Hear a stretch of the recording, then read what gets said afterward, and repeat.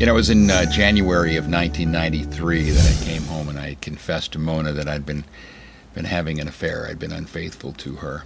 A lot of people ask, how can this happen in a Christian marriage? I mean, we were both Christians at the time. But I just need to back up and give you some history so that you'll understand what I'm talking about here. Neither of us were Christians when we had married 20 years earlier. So that was in 1974.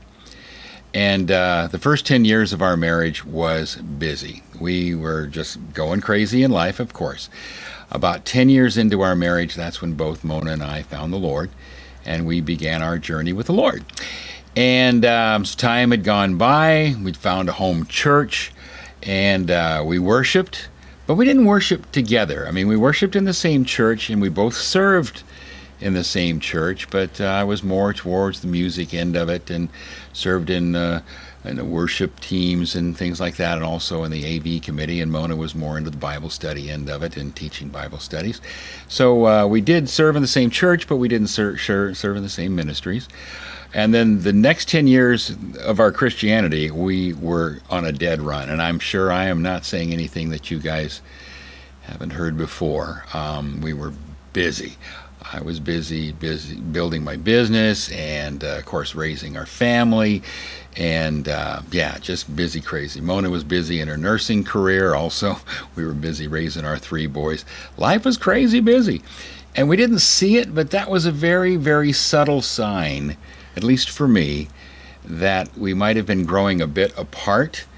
And we wouldn't have said it at the time that we weren't prioritizing our marriage, but we weren't. And we were just doing life and doing it as we knew, the best way we knew how. We didn't see the subtle signs that we were growing apart. Mona would say that, well, there'll be time for us later, and this is just a stage in our lives. And I would have agreed with that. And then looking back in hindsight, I could see that maybe that left me a little resentful because I really didn't want to be low man on the totem pole there. But I also realized, too, that, we were very busy at that time. But that was leaving me... I believe that was leaving me very vulnerable at that time. Now, we did make attempts to prioritize our marriage. We'd go away on our anniversaries and have the grandparents take care of the kids and stuff like that. So we did do that, but again, we were just kind of doing lives on parallel paths. That's about this time as when I met a woman in church. She was actually to become one of Mona's best friends, if not her best friend, and this woman would become my affair partner. Now, she and I had a lot of common interests. I enjoyed my music, and like I said, I served in a worship team. She was a singer. She would sing in some of these worship. And, we were acquaintances. We were friends, but nothing any further than that by any means. Then, after a while, we were both kind of called by the youth pastor to serve in the high school group on the worship team. He was putting together a worship team for that. He wanted me to play the guitar and have her, and she was to sing, and there was a few other people in that. Well, then we started meeting on a weekly basis. And then we became friends because, you become friends, when you meet on a weekly basis. But neither one of us would have, I think, admitted to any sort of an attraction at that point. But we were just getting more friendly and more friendly with one another. And then at one point, she applied for a position that I had at my business. Mona and I talked about it, and we decided to bring her on. And then, so once she was hired, now we were working together 8 hours a day. And in those 8 hours a day, we became, close friends. We became more intimate friends. And not that there was necessarily anything sexual going on, but we were just sharing our lives together. But to say that there wasn't an attraction, I'd be lying if I look back, and just to say that we weren't attracted. I believe that we were, but it was nothing that we were acting on at the time by any means. But over time, those little baby steps. You get a little bit closer and a little bit closer, and you start sharing things that are kind of private between what Mona and I and her husband, and you just get more intimately close to one another. And in those baby steps, those tiny little baby steps, a touch became a hug, became a kiss. And it wasn't after that, or too much longer, that we fell to a full-blown physical affair. Now, this was something we both knew was absolutely wrong. We both knew the scriptures. We knew that God says that you flee sexual immorality. You don't just stand and fight. You turn and you run from that. But there wasn't an area in either one of our lives that wouldn't have been just absolutely, completely devastated by the revelation of this affair. So we both decided in our infinite wisdom that we would stand and fight. We just decided that we would just resolve to not do this anymore, but we would continue to working together, because neither one of us wanted to let this get out. It would just destroy our lives. So this turned into nothing more than a cycle. It was a deadly cycle too. It would be a cycle where we would fall to temptation, and then through the guilt, we would both resolve, we can't do this, we just can't do this anymore. And then we would go on for a period of time, and then we would get weak, and then we would fall again, and then we would feel guilty, and we would resolve to not do it again, and then we would go on. And this cycle continued on for a week, turned into a month, turned into a year, turned into 3 years that this cycle continued at work.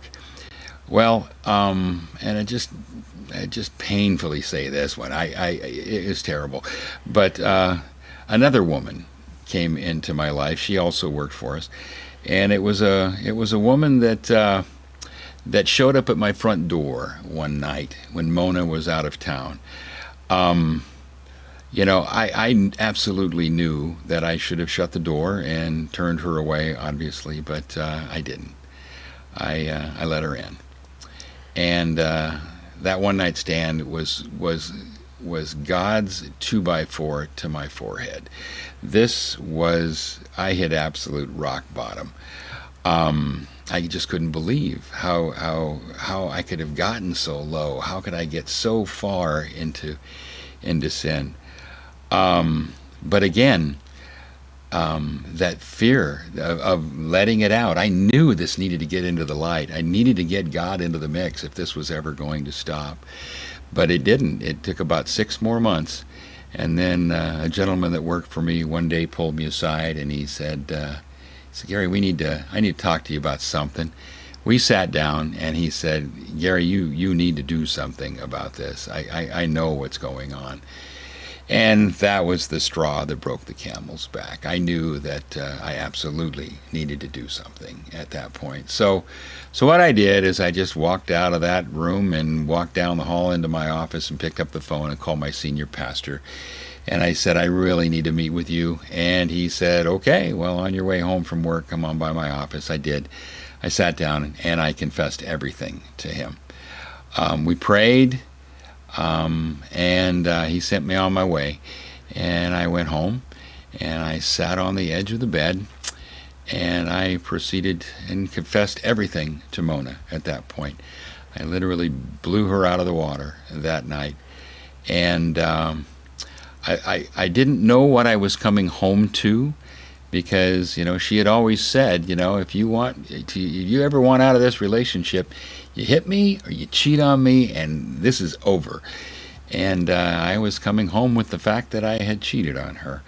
So I didn't know what to expect that night. But I came home, I confessed everything, and I assured her, I said, if you'll have me, I will. I'll be here. I will try to do any and everything that I can, and we can try to work this through. But it's entirely up to you. If you'll have me, I'm here. Well, I was laying in bed reading a book that night when Gary walked in, and I could tell by the look on his face that something horrible had happened. He walked towards me and began to cry, and then he sat on the edge of the bed and he whispered, "I've betrayed you." I just kind of sat there knowing that my life would never ever be the same again. I asked him who, And when he told me who, the name didn't surprise me. And I remember hoping that it was somebody else that he worked with. And then he said, there's more. And I thought, more? More than you've just blown up our entire world? And he told me about the one night stand. And this is a God thing, I'm firmly convinced in my heart. But when Gary told me about the one night stand, I knew without a shadow of a doubt that God had allowed that to occur so Gary could see his sin for what it was.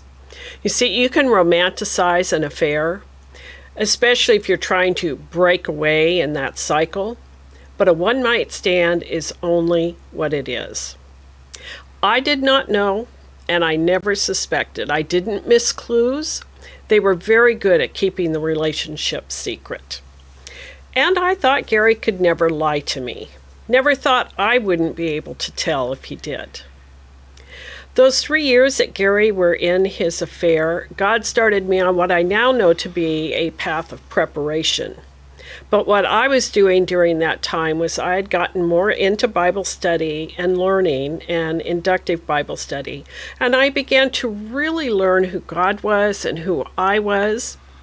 And the reason I bring that up is because that experience, being in God's Word during that time, gave me a foundation that I did not have before. And without that foundation, I would have made different choices. Frankly, I'm not sure if our marriage would have made it. But back to the night of confession. Now what? Divorce? I knew that some would agree I had biblical grounds. And I also knew that it was going to be horrible from here on out. So I could go through it with Gary, or I could go through it alone. He wanted to work on it. He wanted to rebuild. And I confess that at that point, with his willingness, I wasn't sure that I had biblical grounds if he was willing. And we also had 3 young boys. They had enough friends in their circle whose parents were divorced, and we had seen what those kids had gone through. They didn't just get over it. Well, we certainly didn't know if we could heal. Absolutely didn't have a clue how to do it, but we did agree to try. Gary asked if I wanted to go to counseling, and I said, why? You see, the only solution to this problem would be if it had never happened. That was the only thing that could help, and there was no one on the face of this earth that could make that happen. So I really felt that counseling would not help us. To tell you the truth, I didn't believe for a minute we could heal. But I did know that at the end of my life, I would face God and answer for how I dealt with this situation. And I wanted to be able to say to my Lord, "Oh, Father, I tried." I mean, I had that picture in my head. It wasn't going to work, but I could say I tried. My biggest area of struggle in the initial phase was pain. Incapacitating, overwhelming pain. I had always been very independent and strong, and I was now in a fetal position. I could hardly get out of bed. I couldn't take care of the kids. I was struggling to think. I was struggling to even move.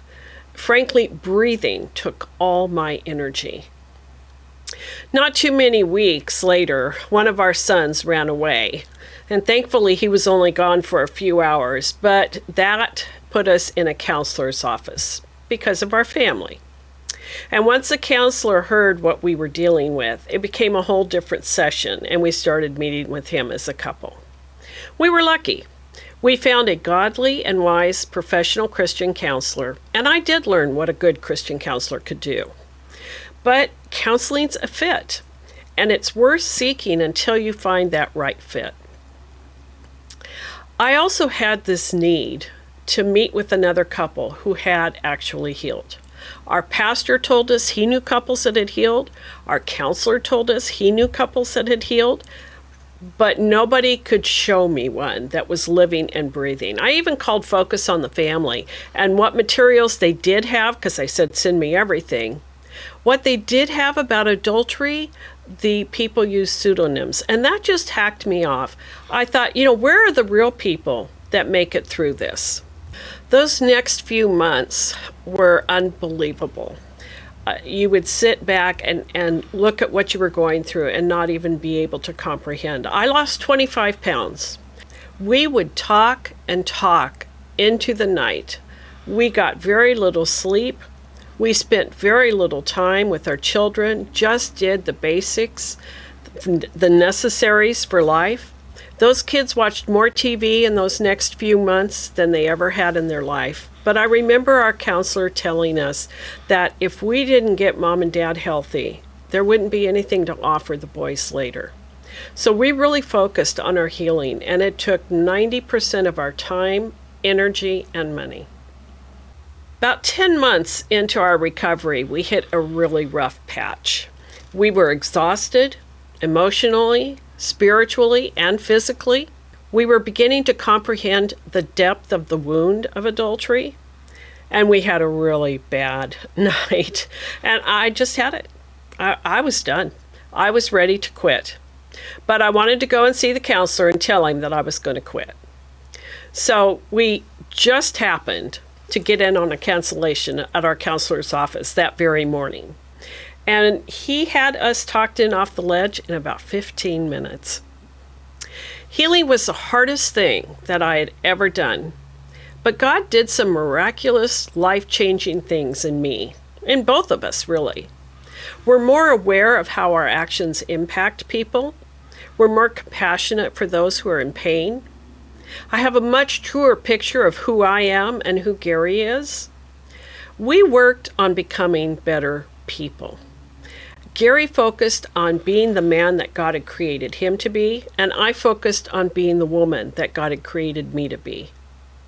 To quote one of our co-workers in the ministry, I would never have chosen the path to where we are today, but I wouldn't trade where we are today for anything in the world.